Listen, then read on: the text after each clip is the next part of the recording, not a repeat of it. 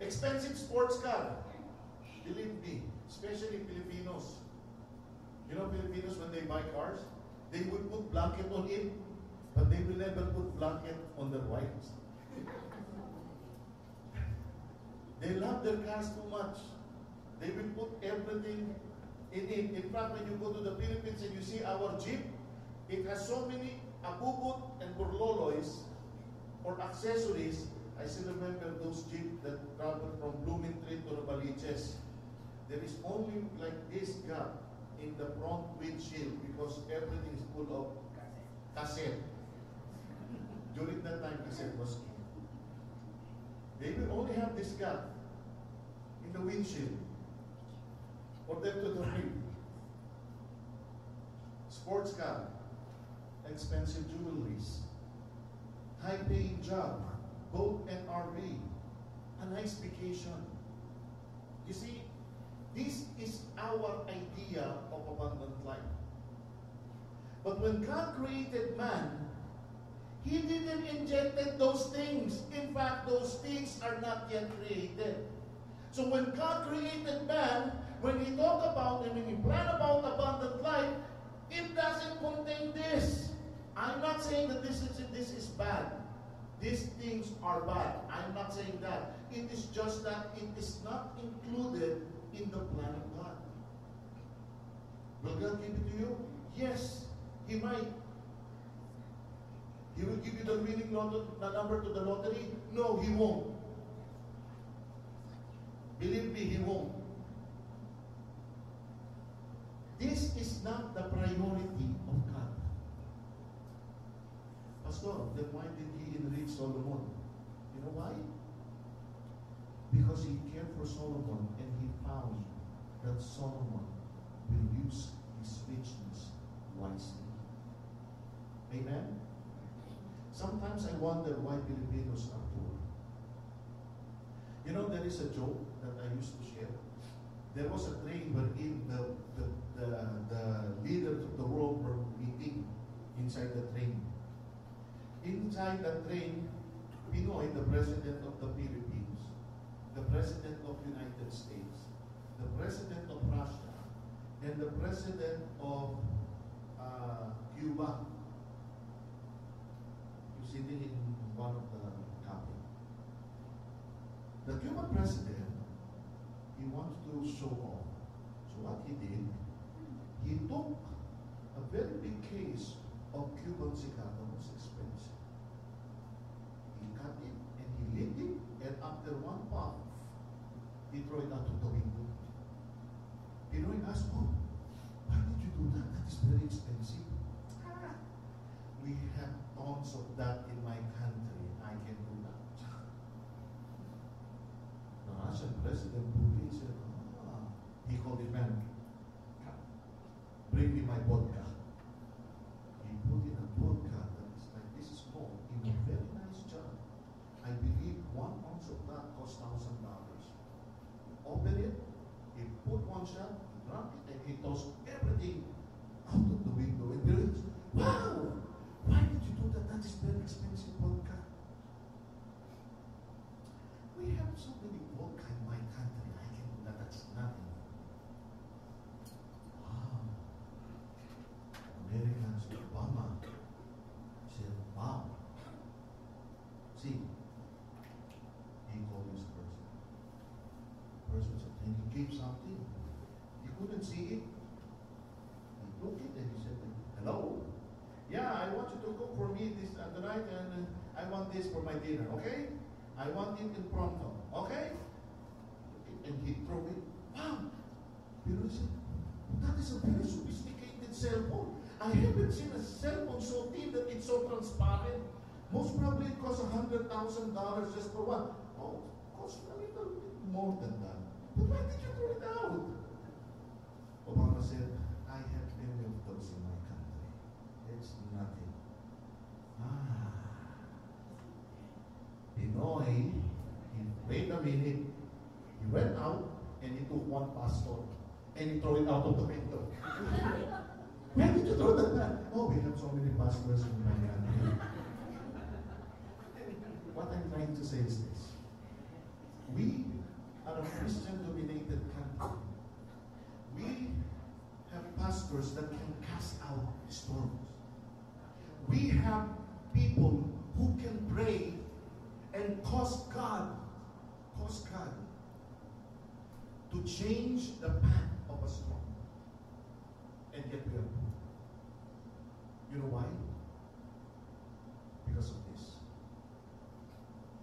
Because our idea of abundant living or abundant life is totally far and opposite of what God wants us to have. Amen? You see, when God said that I want to give you abundant life,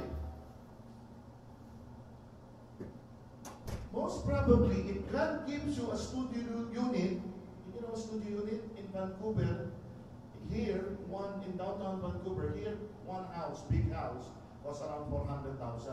In downtown Vancouver, it can only buy you a studio unit with no room. When you go inside, that is your kitchen, that is your bedroom, and that is your sala.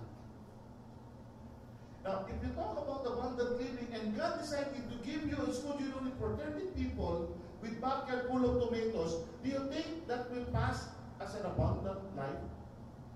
No. Is there anyone of you, when I become rich, I will buy a studio unit with backyard full of tomatoes? No one. That is how misconstrued or how false or how we are led, how do you call it? How much our mind is misaligned. Is that the correct word? When it comes to abundant living. Number 2. When you're driving a 2000 Daewoo Matis, have you seen a Daewoo Matis? Have you seen a car that one? I used to own one, by the way. I like that car very much. I got stuck in the desert. Because I was driving in. I was in near the Saudi Arabia border. And I was trying to go to one station when I ran over a tube and I got stuck. So there is one truck with 2 Egyptians inside. I stopped them and I told them, can you please help me remove my car from the sand dune? They have a big truck so they can put my car. So that's what I thought. What they did, they went in front of my car, they lifted the car and put it on the side. That is a Daewoo Matis. It is small. In fact, the engine is bigger, is smaller than Singer sewing machine. Have you seen a sewing machine?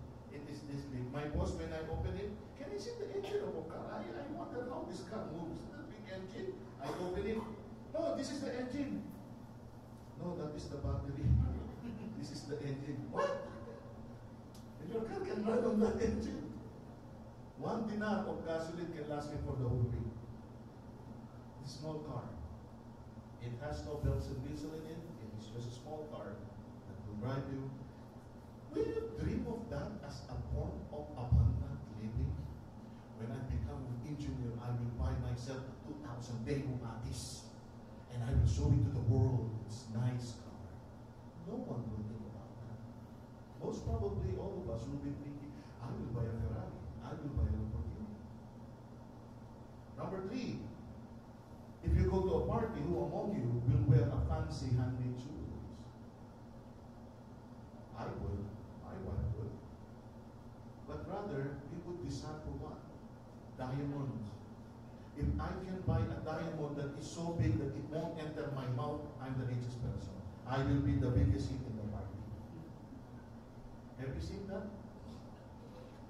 I've seen a bling, they call it bling, of rappers. Believe me, when those rappers, even if you put them in the Dead Sea, they will sing. Because of that gold in them. The gold chain is just like when they walk in. We in the Philippines, we call that they have hepatitis. You know why? Because they're turning into yellow because of the gold content in the body. But none of them will not pass. Any one of you will ask God, Lord, when you give me abundant life, can you give me the minimum wage job? Like, I want a job that is $8 per hour.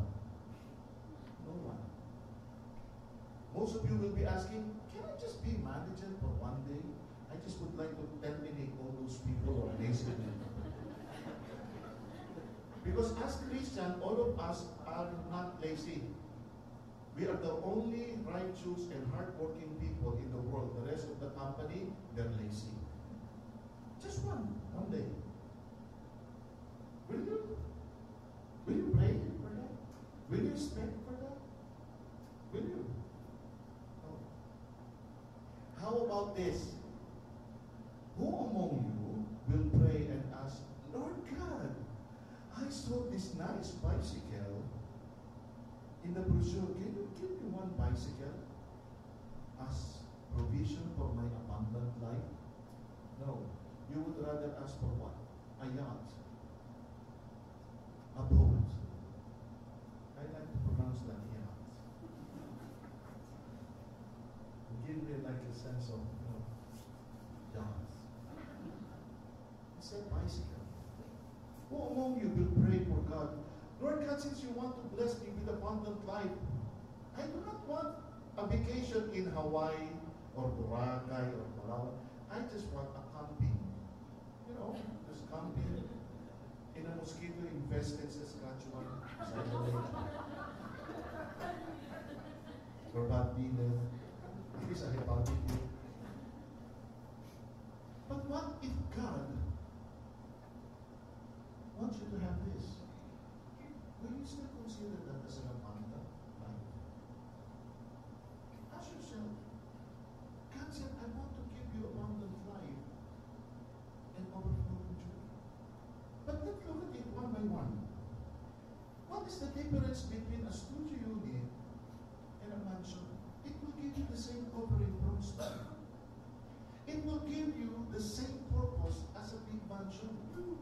Of course, except for the 13 bathrooms and toilets that you can use simultaneously in studio, there is only one.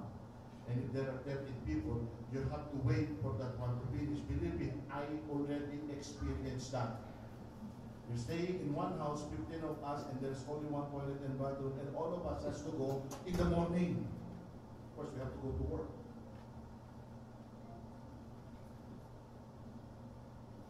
Would you still envision it like a studio unit will do the same thing? How about the demo car? The demo car can travel 120 kilometers per hour.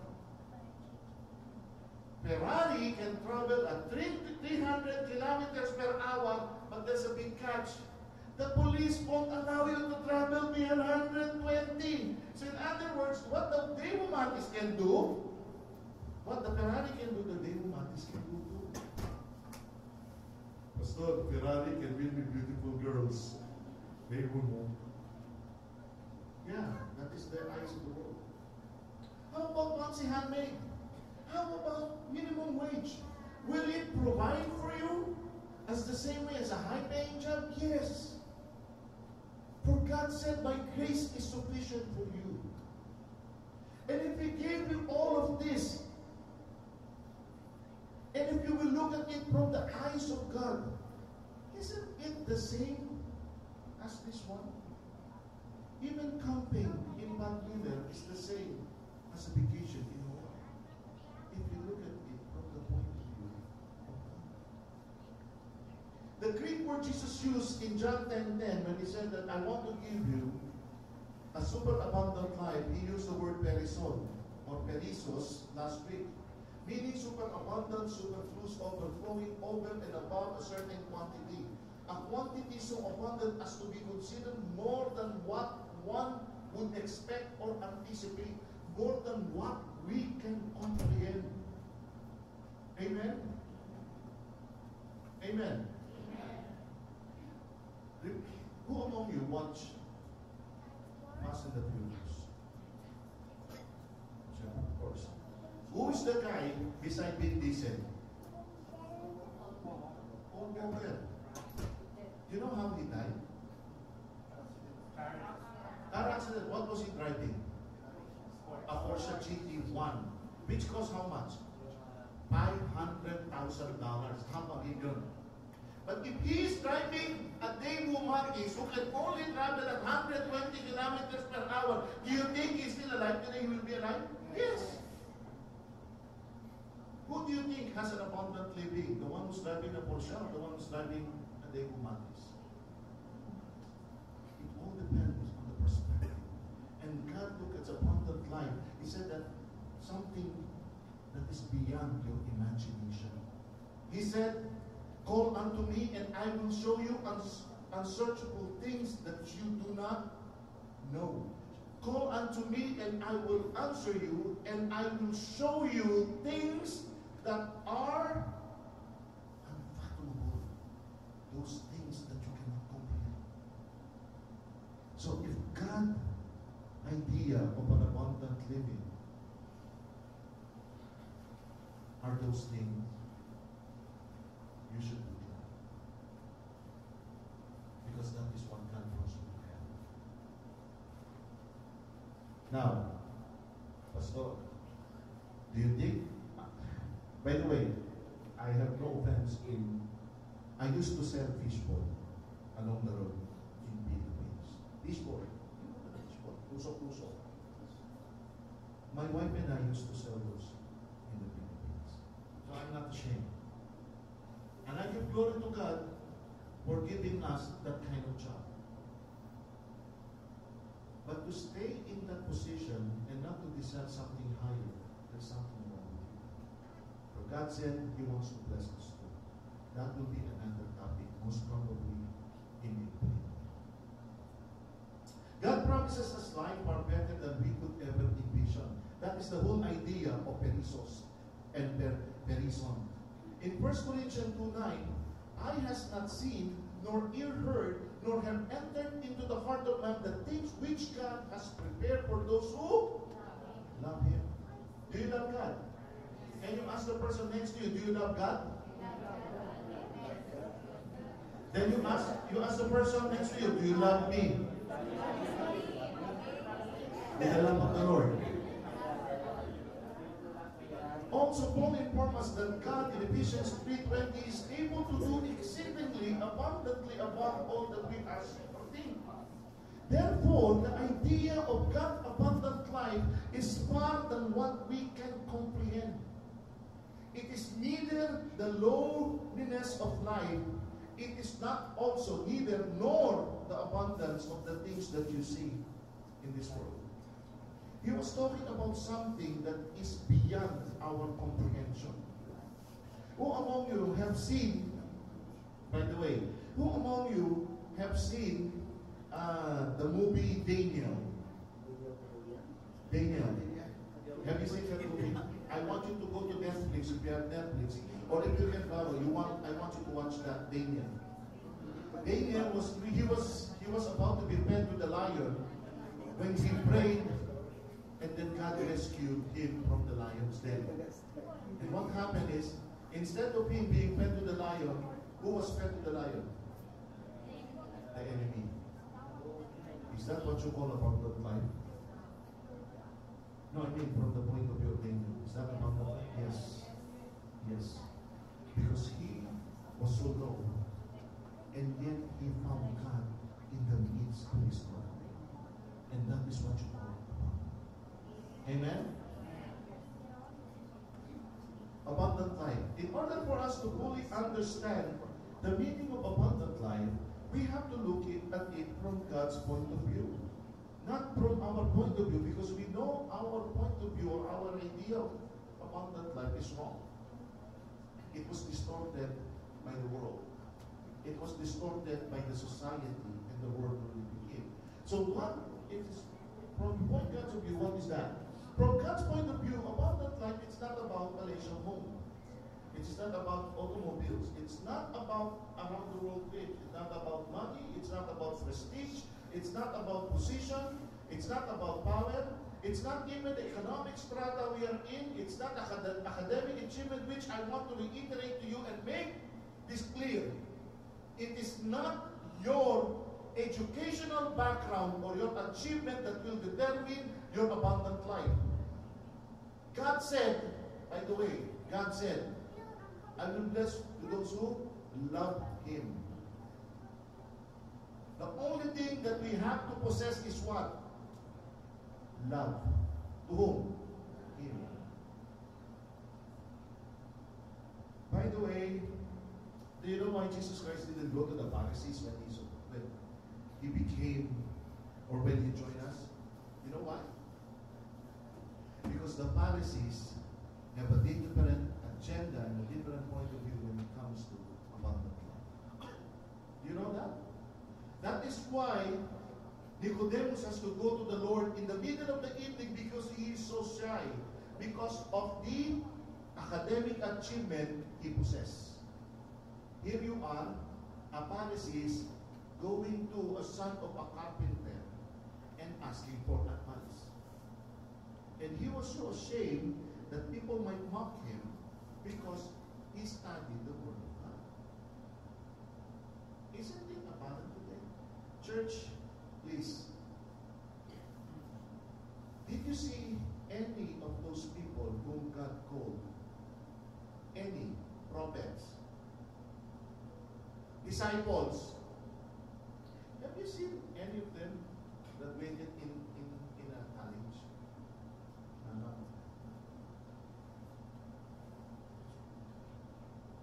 Have you known anyone character in the Bible who is like a doctor from Cambridge?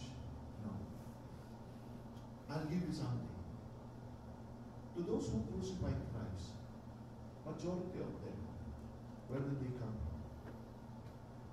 Where? From seminaries. They came from school. They are learned people. That's what they call it. They are the one who crucified the Lord. Am I against school? No. In fact, I encourage my children to go to school. If I can go back to seminary study, I will do it. But that is not the limit of God's power and authority. Most of the 12 disciples, they didn't even go to school. They were fishermen. Except for one, maybe Thomas. Or second one, maybe Matthew. No, Matthew, he knows how to count money. That's the thing. The rest, they are uneducated. You know what God gave them? He gave them the power of the Holy Spirit to open their mind. Church, you don't have to go to seminary to preach the Word of God. That is the wrong way. God is calling all of us to preach the Word in season, in out of season. You do not have to have a degree to preach. By the way, I keep on telling you, by the time, if any church will give me a credential and a license to become a pastor because of my academic achievement, that is the time I will declare to the world, I do not want to be called pastor. Let's call me brother. Because your idea and definition of pastor is not biblical. Pastor is a servant. It's not a leader, it's a servant. You are the least in the church. You are not the top. You are the one who cleans the toilet. You are the one who pushes the car when you stop. You are the one who helps your brethren to move their things whenever they go out. You are the one who dirty your hands. You are not the one who eat on a nice table and eat on a plate of food that your brethren serves you. You don't do that. That is hypocrisy. Jesus Christ didn't come to serve the world or to be served, but rather to serve the Lord. Amen? Is it clear? Church, always be humble. Always possess God's character or Jesus Christ's character. It's not also about, it is not related to social position, whether you're a king, whether you are a prince. It's nothing of those. God did not put those those things in His priorities. It is not important to Him. He will give it to you. Thank God that He gave it to you, because most probably He's happy with you. But that is not His agenda. Do you want to know? In fact, to God, these are foolishness. In 1 Corinthians 1:26 to 29, can you read this? Now remember what you were, my friends, when God called you from the human point of view. Few of you were wise or powerful or of high social standing from human point of view. In verse 27, God purposely chose what the world considers what? Nonsense.